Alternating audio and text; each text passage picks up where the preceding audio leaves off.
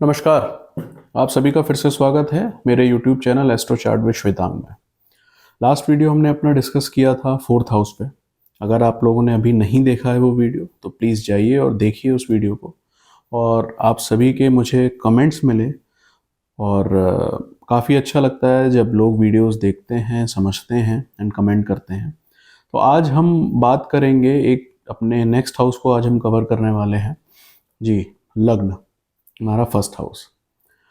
अब देखिए, अगर मैं ओवरऑल ज्योतिष में बात करूं तो this is the most important house जो हमारे खुद के बारे में, हमें खुद को रिप्रेजेंट करता है एक तरीके से। जो फर्स्ट हाउस है, लगन है हमारा, वो क्या है? वो आप खुद हैं। आपका ओवरऑल बिहेवियर, आपकी फिजिक, आपका सोचने का नज़रिया, पॉजिटिव, नेगेटिव, ठीक है, आप डर में रहते हैं, ये सारी चीज़ें, मतलब ये एक मैं आपको एक एग्जांपल्स में बता रहा हूँ, ये सारे ही ट्रेट्स आते हैं। Immunity, the most important thing, immunity. हालांकि मैं आपको बता दूं कि ज्योतिष में इम्यूनिटी को हम और भी अदर हाउसेस से लिंक करते हैं, हम सिक्स्थ हाउस को भी कंसीडर करते हैं, बट यहाँ पर अगर मैं प्राइमरी वन बोलूँ तो वो आपका फर्स्ट हाउस है। फर्स्ट हाउस इम्यूनिटी है। फर्स्ट हाउस हर एक चीज़, आपकी लाइफ, आपकी ज़िंदगी शुरू हो रही है वो फर्स्ट हाउस से। अब ये हाउस इम्पॉर्टेंट एक तो इस वजह से कि लगन है, लगन बन गया, आप खुद हो गए। उसके साथ साथ जो फर्स्ट हाउस है हमारा, वो आपके केंद्र में आता है। जो आपका लगन का फर्स्ट हाउस है वो केंद्र के जो हमारे फोर्थ चार हाउसेज हैं, 1, 4, 7 एंड 10, उसमें ये आ गया। साथ ही साथ जो हमारे चार्ट में त्रिकोण भाव हैं, फर्स्ट, फिफ्थ एंड नाइन्थ, तो आप नोटिस करेंगे कि ये दोनों ही कैटेगरी में हमारा एक कॉमन हाउस आ रहा है, फर्स्ट हाउस। तो अब इसी से ही आप आइडिया लगा सकते हैं कि इसकी इम्पोर्टेंस कितनी ज़्यादा बन जाती है। मैं ये बोल सकता हूँ कि सबसे ज़्यादा शुभ हाउसेस में ये हाउस आपका आता है, फर्स्ट हाउस। अब यहाँ पर बहुत सारी चीज़ें आती हैं। हम, जैसे मैंने ये आपको बताया कि ये चीज़ें तो हम बेसिकली देखते हैं। सेकेंडरी आता है कि अब आपकी, फॉर एग्जांपल, आपकी कुंडली है, बहुत सारे राजयोग बन रहे हैं, कॉम्बिनेशंस बन रहे हैं, राजयोग बन रहे हैं, धन योग बन रहे हैं, अलग अलग। लेकिन आप, ये मैं आपको चीज़ बता सकता हूँ और पूरे कॉन्फिडेंस के साथ बोल सकता हूँ कि कोई भी राजयोग बनना अलग बात है, बट एक्चुअल में वो राजयोग आपको फल तब ही दे पाएगा जब आपका लग्न, लग्नेश, लग्नेश मीन्स आपका जो फर्स्ट हाउस का लॉर्ड है, वहाँ कोई भी नंबर लिखा हो सकता है, 1 से लेके 12 तक। उसके अकॉर्डिंग जो भी राशि बन रही है, मान लीजिए हम फर्स्ट एक नंबर ले लेते हैं, आपके फर्स्ट हाउस में एक नंबर लिखा हुआ है, नंबर 1, तो आपका लगन बन गया मेष, एरीज, उसका लॉर्ड बन गया आपका मार्स, मंगल। तो आपका जो लग्नेश है उसका सही पोजीशन में स्ट्रांग होना, स्ट्रांग, मैं ये बोल सकता हूँ कि स्ट्रांग ना भी हो, स्ट्रांग होना बहुत अच्छी बात है, बहुत वेटेज बढ़ा देगा आपकी कुंडली के, लेकिन अगर वो सही है, बैलेंस्ड आउट भी है, तो भी बहुत चीज़ें आपकी सॉर्ट हो जाएंगी। आपकी कुंडली में राजयोग बने हुए हैं, जो भी धन योग हैं, वो एक बेटर वे में काम करेंगे। अब यहाँ पर बात आती है कि अब ये हम कैसे एक जनरल वे में देख सकते हैं कि हमारा जो लग्नेश है, जो फर्स्ट हाउस का लॉर्ड है, वो कैसे, मतलब हम एक सिंपल वे में कैसे देख सकते हैं कि किस सिचुएशन में है। देखिए, 3 से 4 पैरामीटर हैं टोटल। हम जब भी किसी हाउस या हाउस के ओनर लग्नेश की अगर हम बात करें, तो हम जब देख रहे हैं तो हम 3-4 पैरामीटर हमें मेजरली लेके चलने पड़ते हैं। फर्स्ट थिंग कि आपका जो लग्नेश है, मीन्स फर्स्ट हाउस का जो लॉर्ड है, वो कहाँ प्लेस्ड है, किस राशि में प्लेस्ड है, किस घर में प्लेस्ड है। मीन्स मैं आपको यहाँ बताता हूँ, अगर आपका लग्नेश first house, fourth house, seventh, 10th means केंद्र हाउस में ही आ जाए, बहुत बढ़िया। मतलब ये एक फर्स्ट पैरामीटर जो है वो पास है कि अगर वो केंद्र में ही कहीं बैठ जाता है तो इट मीन्स कि वो एक वेल प्लेस्ड हम बोल सकते हैं। उसके बाद अगर वो फर्स्ट, फिफ्थ और नाइन्थ में मीन्स त्रिकोण में आ जाए, बहुत बढ़िया प्लेसमेंट। तो ये चीज एक हो गई। अब हमें इसके बाद सेकेंडरी देखना होता है कि वो किस राशि में प्लेस्ड है, एनिमी साइन में है, अपने ओन साइन में बैठा हुआ है, फ्रेंडली साइन में बैठा हुआ है। तो ये सब चीजें हम देख के ही एक आइडिया लगा सकते हैं कि हमारा लग्नेश किस तरीके की पोजीशन में है, कैसे रिजल्ट्स हमें देगा। अब यहाँ दो बातें और आती हैं। जैसे बहुत सारे लोग होते हैं वो ये देख लेते हैं कि लग्नेश जो है उनका लग्न का जो ओनर है लग्नेश है वो नीच का हो गया, नीच का हो गया तो अब सब कुछ गड़बड़ हो गया। मैं यहाँ पर इस चीज को क्लियर कर देता हूं कि नीच का प्लैनेट होने से कुछ गड़बड़ नहीं होता। इवन मोस्टली ऐसा देखा गया है और ऐसा होता भी है कि नीच का जो ग्रह है अगर आपके चार्ट में, तो वो कहीं ना कहीं आपको अच्छे रिजल्ट्स दे जाता है। ऐसा हो सकता है कि स्टार्टिंग में वो आपको कुछ प्रॉब्लम दे, बट उसके बाद जाके वो आपको अच्छे रिजल्ट्स देता है। मैं इस पे एक सेपरेट वीडियो लाऊंगा नीच के ग्रह पे, बट अभी हम अपने टॉपिक पर आते हैं। तो लग्नेश की हमें पोजीशन सबसे पहले देखनी है कि लग्नेश हमारा जो है फर्स्ट हाउस का जो लॉर्ड है वो किस सिचुएशन में है, किन हाउसेस में बैठा हुआ है। अब मान लीजिए अच्छे हाउसेस हैं, त्रिकोण में है, केंद्र में है, तो एक हम बोल सकते हैं कि हाँ ठीक है, वो एक कंफर्टेबल पोजीशन में आ गया। अब फ्रेंडली साइन में आ गया या अपने ही साइन में अपनी ही राशि में बैठा हुआ है। मान लीजिए मेष लगन है किसी का, मेष लगन में मंगल आपका लग्नेश हो गया। अब मान लीजिए वो लगन में ही बैठ जाए, बहुत अच्छा है, लगन में बैठ जाए या फिर वो 9th हाउस में बैठ जाए, जुपिटर की राशि में आ जाएगा, धनु राशि में, तो भी अच्छा है, फ्रेंडली साइन में, भाग्य स्थान में चला गया। तो इस तरीके से हमें ये चीजें देखनी पड़ती हैं। अब इसके बाद एक चीज और आती है कि किस सिचुएशन में, मतलब हम ये बोल सकते हैं कि हाँ लग्नेश हमारा जो है वो कहीं ना कहीं थोड़ा वीक पड़ रहा है। देखिए इसमें सबसे फर्स्ट जो सिचुएशन आती है वो आती है कि हमें ये देखना जरूरी है कि कहीं लग्नेश हमारा अस्त की सिचुएशन में तो नहीं है, कंबस्ट तो नहीं है। ये बहुत इंपॉर्टेंट है, क्योंकि अगर प्लेनेट आपका कंबस्ट हो रहा है, अस्त है, और ये इसका मतलब ये भी नहीं कि अस्त आपने देख लिया, अपने आप जो भी सॉफ्टवेयर से देख रहे हैं अपनी कुंडली, वहां पर अगर वो अस्त है तो इट डजेंट मीन कि वो अस्त हो गया। हमें उसके ऊपर भी ये चेक करना पड़ेगा कि वो कितनी डिग्री के गैप में है। भाई प्लैनेट आपका सूर्य से अस्त होगा तो हमें उनकी डिग्री देखनी पड़ेगी कि डिग्री में कितना डिफरेंस आ रहा है। मान लीजिए बहुत क्लोज डिग्री पे आके अस्त हुआ है तो फिर हमें ये चीज बोलनी पड़ेगी कि हाँ अब ये अस्त है, तो हमें उसके फिर उपाय स्ट्रांगली करने पड़ेंगे जिससे कि हम वेटेज दे पाएं। और उस जो हमारा लग्नेश जब अस्त हुआ है तो ऑब्वियस सी बात है कि हमें प्रॉब्लम्स आएंगी, प्रॉब्लम्स भी आएंगे, हर्डल्स भी आएंगे, और मोस्ट इंपॉर्टेंटली हमें हेल्थ इश्यूज ज्यादा आएंगे। इम्यूनिटी पे आपकी डायरेक्ट इंपैक्ट आएगा, आपको कोई ना कोई प्रॉब्लम्स चलती ही रहेगी हेल्थ रिलेटेड। तो ये एक चीज है।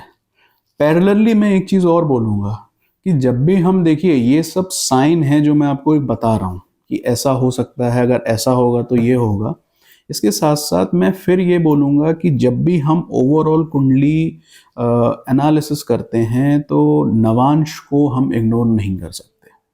अब मान लीजिए फॉर एग्जांपल आपका लग्नेश जो लग्न बना, फॉर एग्जांपल मेष लग्न में मंगल आपका मैं बोलूं एनिमी साइन में चला गया या 8th हाउस 6th हाउस में आ गया, तो उतना कंफर्टेबल तो नहीं। 8th हाउस में तो वो अपनी राशि में है, मेष लगन में अगर मंगल 8th हाउस में प्लेस्ड होगा तो वो अपनी ही राशि में आ गया, वृश्चिक में। 6th हाउस में है, तब भी ये हाउसेस जो हैं किसी भी प्लैनेट के लिए उतने ज्यादा कंफर्टेबल तो नहीं होंगे। अब यहां पर हमने देखा कि ये तो 6th 8th में चला गया या 12th में चला गया, बट वहीं अगर हमने D9 चार्ट देखा जाकर, और D9 में मान लीजिए वो अपनी ही राशि में है या उच्च का हो गया, तब फिर वहां हम ये बोल सकते हैं और स्ट्रांगली बोल सकते हैं कि भाई ये जो लग्नेश है ये आपका वेल प्लेस्ड है और आपको अच्छे ही रिजल्ट्स देगा। तो प्लीज रिमेंबर कि जब भी हम कुंडली देखेंगे तो हमें नवांश को देखना साथ में बहुत जरूरी है। बिना नवांश के D9 के अगर हम कोई भी प्रेडिक्शन दे रहे हैं, आप एक जनरल प्रेडिक्शन दे सकते हैं, लग्न देख के आप एक जनरल प्रेडिक्शन दे सकते हैं और वो काफ़ी हद तक क्लियर आउट भी होगी, बट जब आप डीप एनालिसिस में जाएंगे तब आपको नवांश को देखना पड़ेगा। अब मैं अपने एक सेंटेंस पे वापस आता हूँ। जब मैंने बोला कि लग्नेश आपका 6th में या 8th में या 12th में प्लेस्ड हो, तो देखिए यहाँ पर ये मतलब एक पैनिक हो जाता है ना कि आपका लग्नेश जो है 6th हाउस में आ गया, 8th हाउस में आ गया। प्लीज़ ये इन चीज़ों से बचिए, मैं आपको यही बोलूँगा, इन चीज़ों से बचिए। पॉजिटिविटी का रास्ता ढूंढिए, हर चीज़ में है, देखने का नज़रिया होना चाहिए बस। अब मान लीजिए आपका लग्नेश 6th हाउस में है। अब आप इमेजिन कर सकते हैं कि अगर लग्नेश आपका 6th हाउस में है और आपकी चार्ट में और भी कॉम्बिनेशंस अच्छे बन रहे हैं, इट मीन्स कि आप कहीं ना कहीं एक डॉक्टर या लॉयर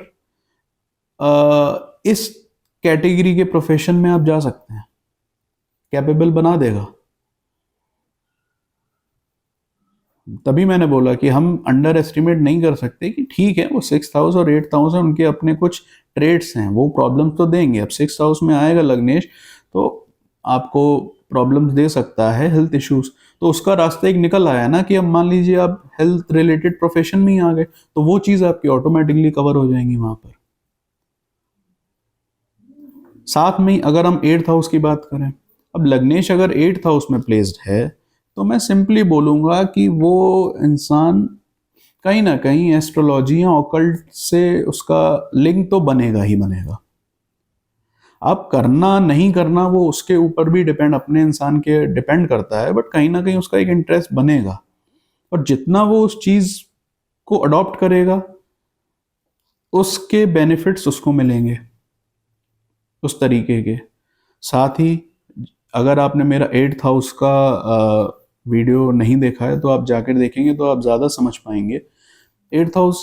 अब आप 8th हाउस में आपका लग्नेश आकर बैठ गया तो देर आर, और अगर वो मतलब कंफर्टेबल इन सेंस कि अपने ही साइन में है या कोई बैड इम्पैक्ट नहीं आ रहा है, फ्लिक्शन में नहीं है, तो मैंने बोला था आपको 8th हाउस में आप देखिएगा जाके वहाँ पर कि 8th हाउस क्या है, एंसेस्टर्स, प्रॉपर्टी, ये सारी चीज़ें, ऐसी प्रॉपर्टी, ऐसा पैसा जिसको मतलब इंसान अर्न नहीं करेगा, अन मनी है, तो उसको बैठे बैठाए मिल जाएगा। तो ये सारी चीज़ें हैं, ये कॉम्बिनेशन है, एस्ट्रोलॉजी में बहुत अच्छा कर सकता है लग्नेश 8th में जाके, उसका इंटरेस्ट बनेगा, ऐसी चीज़ें कर सकता है। मतलब एक हम कहते हैं ना 8th में जब प्लैनेट बैठ गया, अब आपका लग्नेश खुद 8th में चला गया, विच मीन्स कि आपका जो माइंड सेट है, जो थॉट प्रोसेस है, वो कहीं ना कहीं 8th हाउस से लिंक्ड हो जाएगा।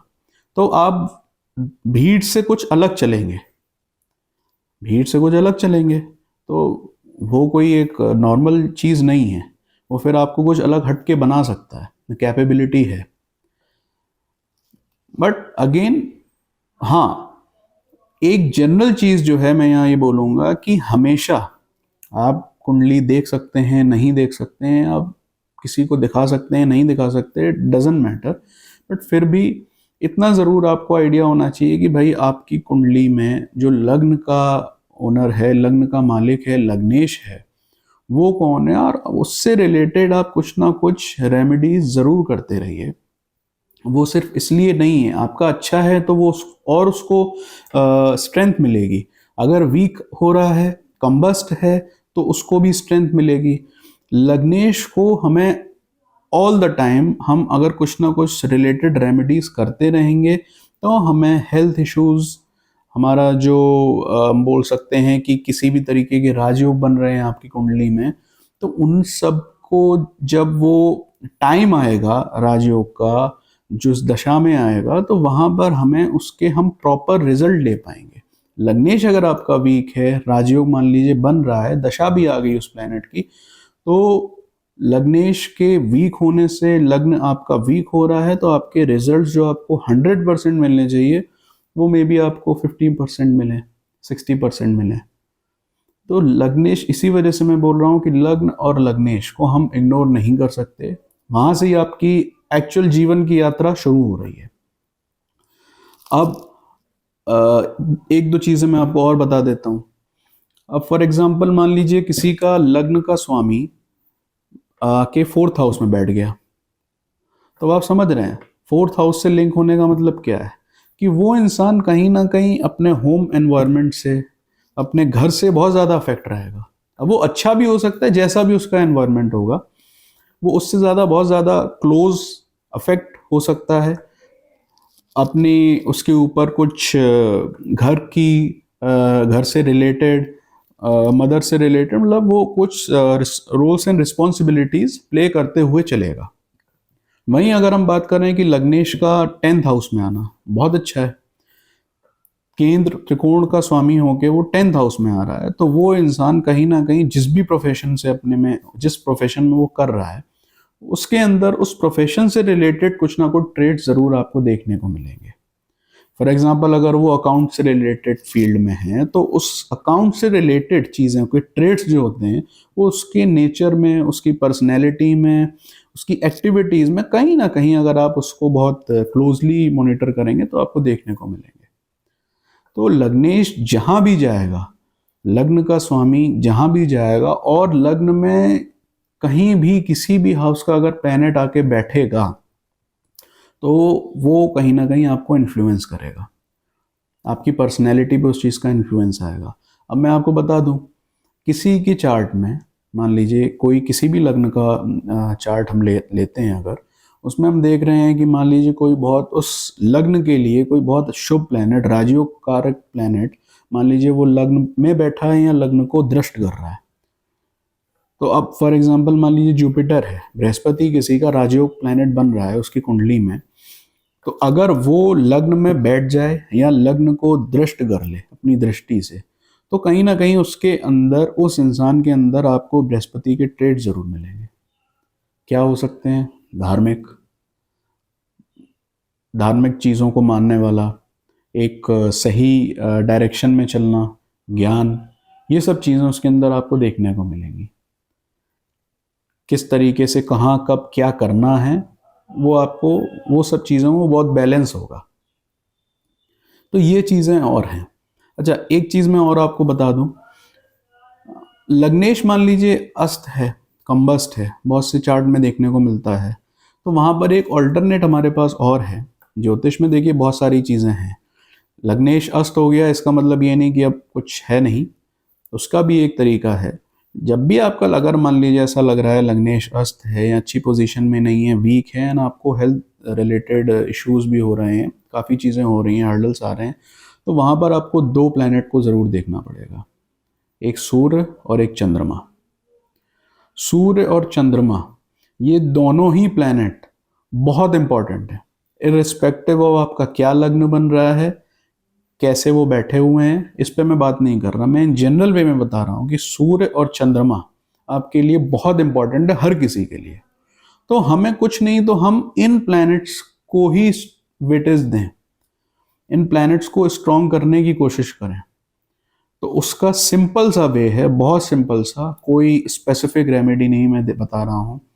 जब भी अगर आपका लग्नेश अस्त है, वीक पड़ रहा है, और नहीं भी है, तब भी इन जनरल सूर्य और चंद्रमा, सूर्य हो गए आपके पिता, चंद्रमा हो गई आपकी माँ, इन दोनों को अगर आपको ठीक रखना है तो अपने माँ और पिता दोनों की सेवा करिए, उनके साथ समय बिताइए, उनका ध्यान रखिए। इससे बड़ा और कोई भी रेमेडी नहीं हो सकती, कोई रेमेडी नहीं हो सकती।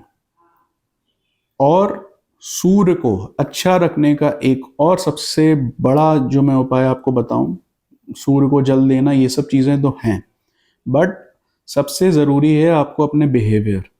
अगर आप कैरेक्टर से ठीक हैं, अगर आप वहाँ पर गड़बड़ नहीं कर रहे हैं, तो सूर्य आपको बहुत अच्छा रिजल्ट देगा और बहुत हाइट्स पे लेके जाएगा। लेकिन अगर आपने वहाँ पर गड़बड़ की, आप अपने कैरेक्टर और इन चीज़ों में कहीं ना कहीं अगर डाउन हुए, तो सूर्य, आप जानते हैं, नेम फेम हर चीज़, तो वहाँ पर वो चीज़ें आपकी डिस्टर्ब कर ही देगा। तो ये चीज़ें हैं, इस तरीके से आप समझिए और देखिए, खुद अपने कुंडली देखिए, और प्लीज़ कमेंट ज़रूर करिए। कमेंट करते हैं तो एक मोटिवेशन भी आता है चीज़ें लाने का, समझने का, और आपसे डिस्कस भी करते हैं। और आगे मैं इसी तरीके से और अच्छे कंटेंट लाने की कोशिश करूँगा। प्लीज़ बताइएगा, आप भी सजेस्ट करिए कि क्या चीज़ मैं लेके आऊँ तो और भी ज़्यादा अच्छा लगेगा। तब तक के लिए धन्यवाद। राधे राधे।